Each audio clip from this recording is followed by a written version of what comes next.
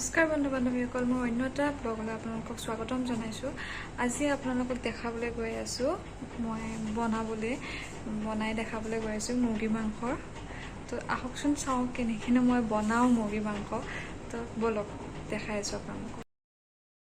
এয়া হৈছে মছলা, আদা নহৰু দি পেষ্ট বনোৱা। এয়া পিঁয়াজ, তেজপাত, গৰম মছলা অকণমান খুন্দি লৈছোঁ। এয়া আলু আৰু এয়া হৈছে আমাৰ মুৰ্গী মাংসখিনি। এতিয়া মই তেলত তেজপাতখিনি দি দিছোঁ। ইয়াৰ পিছত পিঁয়াজ দিছোঁ, পিঁয়াজখিনি দি দিছোঁ। পিঁয়াজখিনি অলপ অলপমান ভাজি ল'ম। এতিয়া মই ভাজি থকা পিঁয়াজখিনি গৰম মছলা দি দিছোঁ। গৰম মছলাখিনি পিঁয়াজখিনিৰ লগতে অলপ ভাজি ল'ম।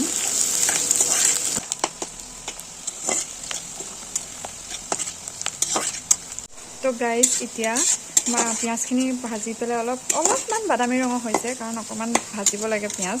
তাৰপিছতে মই এইখিনি মছলা, ইয়াত আদা নহৰু জালুক জিৰা আৰু শুকান জলকীয়াটো আছে, ইয়াত আছে। মই দি দিছোঁ। এয়া মছলাখিনিও অলপ ভাজি ল'ম।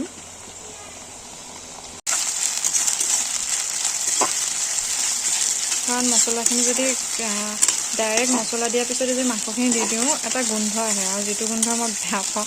গতিকে মই মছলাখিনি অলপ টাইম ভাজি ল'ম। ভাজি লোৱাৰ পিছতহে বাকীখিনি কৰিম। চাই থাকক আপোনালোকে। দেখিছে আপোনালোকে, মছলাখিনি মই ভাজিয়ে আছোঁ। অলপ টাইম অলপ ভাজি ল'ব লাগে, কাৰণ পূৰা গ্ৰেভি টাইপত বনাম যিহেতু মাংসখিনি। তো অলপ ভাজি ল'ম মই মছলাখিনি।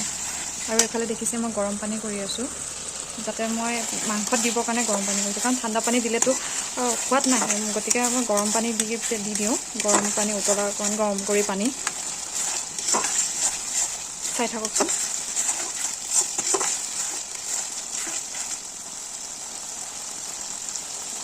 দেখিছে আপোনালোকে, মছলাখিনি ভাজা হৈ গৈছে। চাওক, ভাজা হৈ গৈছে। এইফালে পানীও উতলি আছে, তো গেছটো অফ কৰি দিওঁ। এইফালে মই ভাজি আছোঁ মছলাখিনি। মাংস দিবলৈ হৈ গৈছে, মই মাংস দি দিম। এনেকৈ দিলে নুঠেই। এখনতে মোবাইল ধৰি পেলাই এখনতে মাংস দিবলৈ দিগদাৰ হয় আচলতে। মই বাকি দিছোঁ।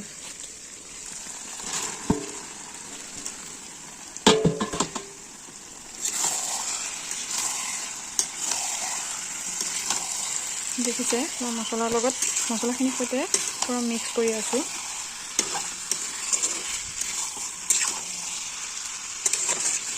এইখিনি এতিয়া অলপ টাইম মই এনেকৈয়ে ভাজিম, যাতে মাংসখিনিক গোটেই মছলাটো যাতে হেৰিত সোমাই যায়।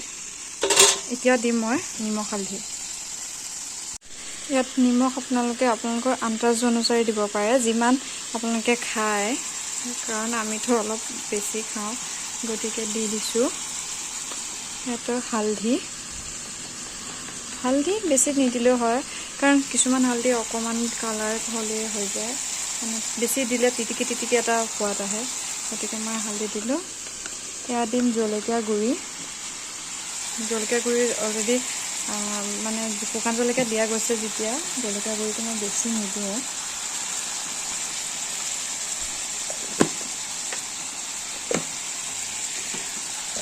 এইখিনি এতিয়া মই মিক্স কৰি দিম।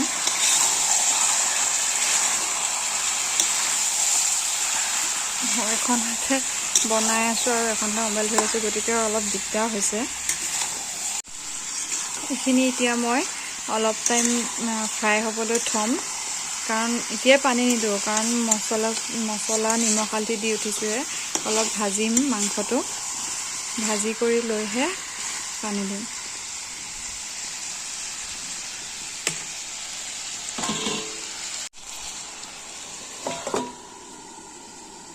এইখিনি মই অলপ টাইম ফ্ৰাই হ'বলৈ দি দিছোঁ ঢাকনা মাৰি।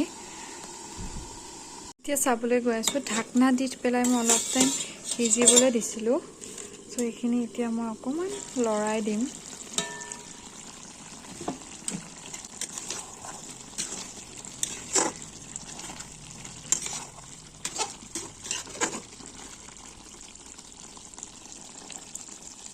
ইফালে দেখিছে মই মাংসখিনি ভাজি আছোঁ বৰ্তমান। চাওকচোন,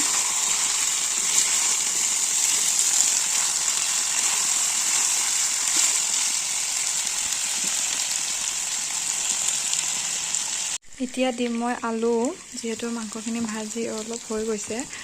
তাৰপিছত মই এতিয়া আলু দিম।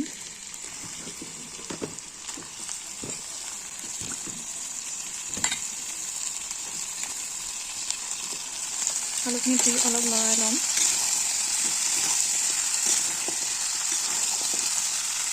আলুখিনি অলপ লৰাই কৰি দিলোঁ। দিয়াৰ পিছত মই এতিয়া আকৌ অকণমান ঢাকন দি থৈ দিম, যাতে আলুখিনি অকণমান সিজে। পানী এতিয়াই নিদিওঁ, পানী অকণমান দেৰিকৈ দিম, যাতে আলুখিনি সিজে। গতিকে মই আকৌ ঢাকন দি দিছোঁ। এতিয়া আলুখিনিও সিজিছে অলপ। মই ঢাকনা আঁতৰাই আলুখিনি চালোঁ, আলুখিনিও সিজিছে। তো এতিয়া মই পানী দিম, যিখিনি গৰম পানী কৰি থৈছিলোঁ সেইখিনি দিম।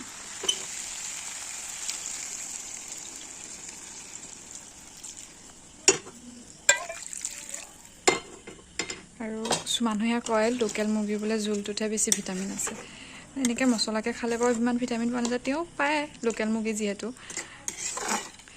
চাওক, মই এইখিনি এতিয়া ঢাকনা মাৰি সিজিব দিম, আৰু অলপ যাতে মানে ভিটামিনখিনি পানীৰ লগত মিক্স হৈ যায়। আৰু এইফালে দেখিছে মাংসখিনি উতলি আছে, মই বহাই থৈ যোৱাতে। আৰু এইফালে দেখিছে ডিম বহাইছোঁ মাৰ কাৰণে। মায়ে একো মাংসই নাখায় বাৰু, গতিকে মই এইফালে ডিম বহাই থৈছোঁ, আৰু এইফালে মাংসখিনি। চাওকচোন, মাংসখিনি বহুত ধুনীয়াকৈ উতলি আছে, আলুও সিজি গৈছে পূৰা।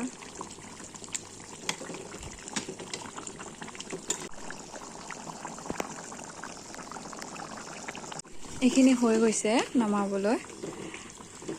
মই এইখিনি এতিয়া গেছটো অফ কৰি দিম, কাৰণ আমি অকণমান দেৰিকৈ ভাত খাওঁ। অকণমান স্লাইট ঠাণ্ডা হোৱালৈ অকণমান ৰখিম। এইখিনি হৈ গৈছে, আৰু এইফালে ডিমো হৈ গৈছে। মই ডিম অফ কৰি দিছোঁ, আৰু এইফালেও গেছৰ হেৰিটো অফ কৰি দিছোঁ। আমাৰ ভাত ৰেডি হৈ গ'ল বাঢ়ি কৰি। চাওক,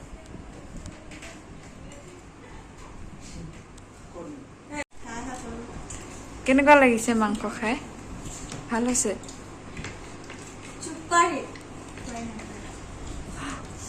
এফালে খাই হ'ব এতিয়া।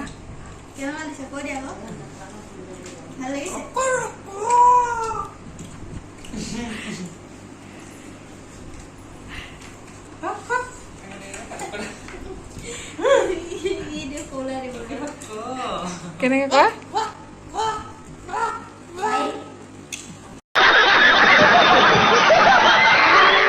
তো গাইজ, বৰ্তমান ভাত পানী খাই কৰি আহিলোঁ। কেনেকুৱা পালে ব্লগটো চাই জনাব, আৰু ভাল লাগিলে like, comment, share and subscribe কৰি দিব। ধন্যবাদ।